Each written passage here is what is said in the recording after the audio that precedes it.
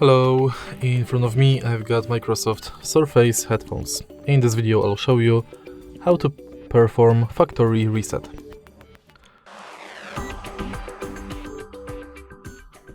You can do it in two ways. Firstly, you can go to Microsoft Surface app and now device information.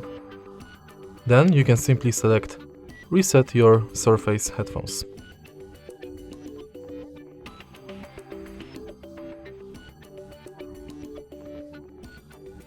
Also, you can do it by pressing and holding this button for around 20 seconds.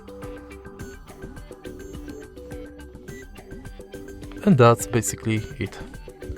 If you find this video helpful, please leave like, comment and subscribe.